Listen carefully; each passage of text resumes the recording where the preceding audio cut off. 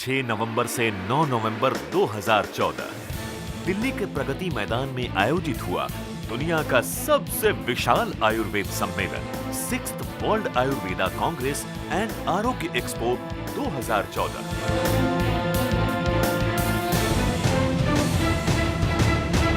एक ऐसा सम्मेलन जिसमें 24 देशों के प्रतिनिधि शामिल हुए और 4 लाख से भी ज्यादा लोगों ने हिस्सा लिया। एक ऐसा इवेंट जिसका आकर्षण था देश भर से आए हुए चुनिंदा आयुर्वेदिक ब्रांड्स, जिसमें पार्टिसिपेंट्स थे इंडियन आयुर्वेदा एक्सपर्ट्स और साथ ही फॉरेन डेलीगेट्स। इस इवेंट का मकसद था आयुर्वेद का प्रचार प्रसार।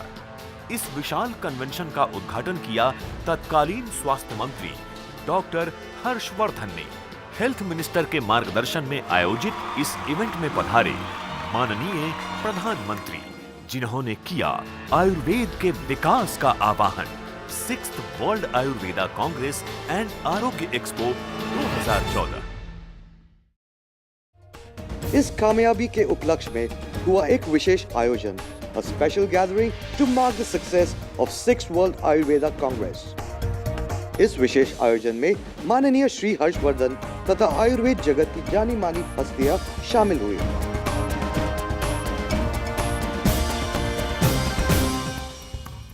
आयोजन का शुभारंभ प्रार्थना से हुआ। शंखं चक्रं जनोकां दधत मृतघटं चारुदोभिश्चतुर्भिः। Each one of us were part of this largest ever Ayurveda conference organized in India. Sri Jain Sahasrabde, National Organizing Secretary, Vigyan Bharati, to welcome all the audience. आप सभी का मैं यहाँ इस छोटे से पारिवारिक मिलन में हृदय से स्वागत करता हूँ। यहाँ पर उपस्थित आप सभी 6वां विश्व आयुर्वेद सम्मेलन जो अभी अभी संपन्न हुआ, उसकी सफलता में योगदान करने वाले ऐसे सभी एक प्रकार के आयुर्वेद के साधक हैं कि हम सब मिलकर ये जो विश्व आयुर्वेद सम्मेलन की यात्रा 2002 में प्रारंभ हुई है, अब तक चली है, आगे ही बढ़ती रही है, उसको और नई ऊंचाई पर पहुंचाने के लिए हम सब मिलकर इसी प्रकार से भविष्य में भी बहुत अच्छा प्रयास करते रहेंगे। धन्यवाद। I would request Dr. Geeta Krishnan sir to give glimpses of 6th World Ayurveda Congress and Arogya Expo 2014. This World Ayurveda Congress was different, not because it was the largest, not because it was one of the grandest program that we have ever conducted, but it was different because there was a difference which we felt in the social acknowledgement of what we were doing. We had also got a lot of proposals and opportunities from different parts of the world to conduct World Ayurveda Congresses there, out of which we have around 4, out of which 2 is from Europe and 2 are from ASEAN countries. I was something like a face of whatever was being done, but the people who were behind me, people who worked without showing their face, or without they are the people who had done all this work. Now I would like to request Sri A. Jaykumarji, Secretary General Vigyan Bharati, to please address our audience. First time in the history of the government departments, nearly 250 to 300 people worked day and night. That is Department of Ayush. Now it has changed to as a ministry. And the secretary of that department, Adarniya Sanyalji, is here. Everybody who wants to be a part of this event, you should welcome them. You should provide facilities for them. Highly encouraging, motivating words. World Ayurveda Congress, Allah said, we need an independent ministry to take this movement to the masses. No other event can challenge this event, and we have come into the biggest event. And thank you all. With all your support, only it just happened. Thank you. I would like to request Sri Nilanjan Sanyal IAS, Secretary Ayush, to please address our audience. आज जिस अवसर में हम यहाँ मिलित हुए हैं, ये एक जिसको कहा जा सकता है कि आत्मसमीक्षा के तौर पे हम यहाँ पे मिले हैं। ये पहली बार इसमें सरकारी तंत्र पूरी तरह इसके पुरोधा में रहा और वर्ल्ड आयुर्वेदा फेडरेशन को साथ, विज्ञान भारती के साथ हमें ये निर्देश दिया गया कि इसको हमको बड़े पैमाने में राजधानी दिल्ली में करने का पदक्षेप लेना पड़ेगा। इतने सारे लोग हमको बधाई दिए, ये नहीं कि मैं अपनी तारीफ खुद अपने कानों से सुनना चाहता था, पर उनके चेहरे में जो झलक दिखी मेरे को कि उससे ये ज़रूर प्रतीत होता था कि वो लोग वाकई जो पूरा व्यवस्था की गई थी उससे मोटे तौर से संतुष्ट थे। I would request Sripat Naik, Honorable Minister for Ayush, to please speak few words. आप लोगों के परिश्रम सब कुछ देखते हुए आयुर्वेदा को कहाँ लेके जाना है ये सब समझ के उन्होंने एक बहुत बढ़िया काम किया है। और यही दिखाता है कि आयुर्वेद जो है उसकी जो ताकत है वो ताकत कितनी बड़ी है, यही इस कांग्रेस ने दिखा दिया है। आयुर्वेदा के लिए बाहर के राष्ट्रों से डिमांड आएगा कि हमें आयुर्वेदा आप दे दो, इस तरह की परिस्थिति हमें निर्माण करनी है। Request Dr. Harshavardhan ji, Honorable Minister for Science and Technology, to please address our audience. सब प्रकार के लोग यहाँ पर मुझे दिख रहे हैं, बहुत सारी आयुर्वेद की संस्थाओं से जुड़े हुए लोग, क्योंकि ये किसी एक व्यक्ति का, एक संगठन का या किसी एक सरकार का काम नहीं था। इसमें बहुत सारे लोगों की सामूहिक शक्ति लगी थी, बहुत सारे लोगों का इसमें बहुत गहरा, हृदय की गहराइयों से योगदान था और उसके कारण ये कार्यक्रम जो है इतना अधिक सफल हुआ। तो हमें लगा कि शायद कॉन्फ्रेंस को करने वाले लोगों से भी ज़्यादा दूसरे देशों को ही लोगों का आयुर्वेद के प्रति कमिटमेंट था। शायद उसके अंदर कहीं कोई लेश मात्र भी संदेह हम लोगों को नहीं लगा। और जो लोग आयुर्वेद के प्रति कमिटेड हैं उनको आयुर्वेद को सारी दुनिया के कोने कोने तक पहुंचाने के लिए, क्योंकि वो आयुर्वेद का भला उसमें नहीं है, आयुर्वेद का जो स्थान है वो तो होगा ही होगा, लेकिन उसके माध्यम से दुनिया के हर व्यक्ति का भला होगा। इस दृष्टि से हमें नया संकल्प लेना चाहिए।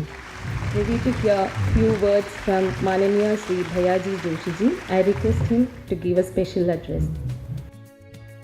तो अपने इस 50 वर्ष 60 वर्ष की जो देश की यात्रा है वो इस देश की सब प्रकार की क्षमताओं को सिद्ध करने वाली यात्रा है।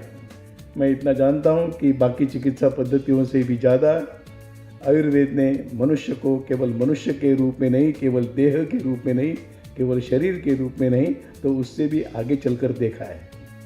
यह आयुर्वेद की विशेषता है। Now I request Sri Suresh Prabhu, Honorable Minister for Railways, please share few words with us. उसके लिए आयुर्वेद एक वेद का ही हिस्सा है। हम यदि वेद ने हमें सिखाया था कि किस तरह से जीवन जीना चाहिए, हमारे लोगों ने सोच समझकर जिंदगी जीने का मैनुअल बनाया, उसका नाम है आयुर्वेदा। जिंदगी किस तरह से जीनी चाहिए, क्या करना चाहिए, क्या खाना चाहिए, क्या नहीं खाना चाहिए, कभी खाना चाहिए, कितना खाना चाहिए, इस सभी बातों के ऊपर विचार किया गया और उसका जो मार्गदर्शन किया गया वही है हमारा आयुर्वेद। हम भी लोगों को ये रास्ता दिखाएं जो रास्ता हजारों सालों से हमारे पूर्वज एंसेस्टर्स ने हमें दिखाया था। और मैं समझता हूँ यही विचार अपने समाज को नहीं, अपने देश को नहीं, पूरे दुनिया को बचाएगा, इसका मेरे को पूरी तरह से विश्वास है। और वो विश्वास पूरा करने का काम आपने जो किया उसके लिए धन्यवाद देता हूँ। इस आयोजन में आए अतिथियों को उनके विशेष योगदान के लिए सम्मानित किया गया।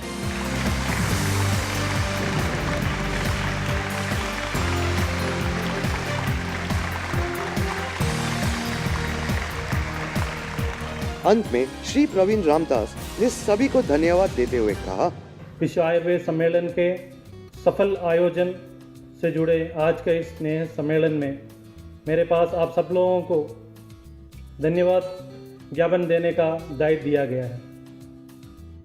ये मेरे लिए एक छोटा सा चुनौती भी है, क्योंकि इस कार्यक्रम के लिए जिन लोगों ने समय और अपना प्रयत्न दिया है, सब लोगों ने पूरे निस्वार्थ भावना से इस काम किया है।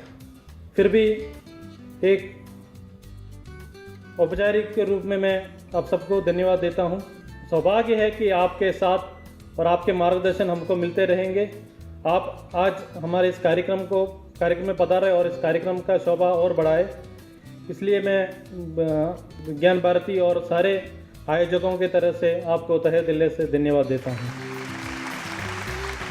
इस मौके पर आयुर्वेद जगत की ख्याति प्राप्त विभूतियों ने अपने विचार कुछ इस तरह व्यक्त किए। हमें इस बात की खुशी है कि मोटा मोटी कहने के हिसाब से हमारी जो प्रयास थी ये काफ़ी हद तक कामयाब रहा और करीब करीब सभी जो भी इसमें हिस्से लिए हैं, जो भी आए थे, सभी ने इसकी तारीफ़ की, सुधार की। स्कोप ज़रूर रहता है कि क्योंकि हर चीज़ में सुधार हर वक्त ही हो सकता है, पर फिर भी पहला प्रयास के मानदंड से ये काफ़ी सफल रहा बोल के हमें हमारा मत है। आयुर्वेद एक ऐसा शास्त्र है, ऐसा एक नियम है कि जिसके अनुसार हमें इस बात का पता चलता है कि यदि ज़िंदगी जीने के समय पहले क्या करना चाहिए कि कोई बीमारी पैदा ही न हो, लेकिन शरीर है वो तो कभी ना कभी नाश होगा ही उसका।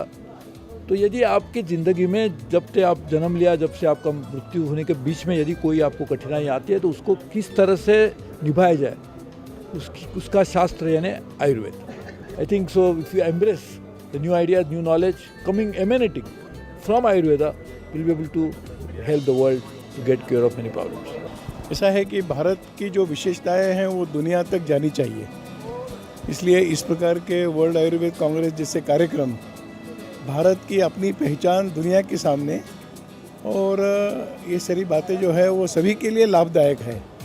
इसलिए हम चाहते हैं कि दुनिया भी आयुर्वेद की तरफ झुके, इसको स्वीकार करे और उनका जीवन का उन्नत कर ले, यही हमसे अपेक्षा है। So we are all proud of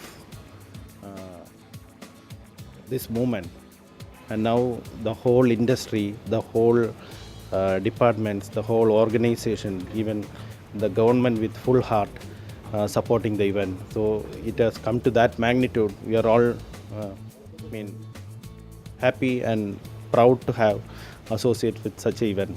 देखिए, मैं तो यही बोलता हूँ कि केयर वर्ल्ड ही एकमात्र चैनल है पूरे एशिया में जो केवल हेल्थ को डेडिकेटेड है, और ये हेल्थ का आयुर्वेद का इतना बड़ा जो एक महाकुंभ जो इसको हम कहते हैं, उसमें जो केयर वर्ल्ड का जो काम रहा है इसको प्रदर्शित करने में, और मुझे उम्मीद है कि आगे भी आप जो है हमें सपोर्ट करेंगे और पूरा आयुर्वेद को आगे बढ़ाते रहेंगे। 6th वर्ल्ड आयुर्वेदा कांग्रेस की परंपरा को कायम रखने का संकल्प लेकर और भविष्य के नई आशाओं के साथ ये विशेष आयोजन सफलतापूर्वक संपन्न हुआ।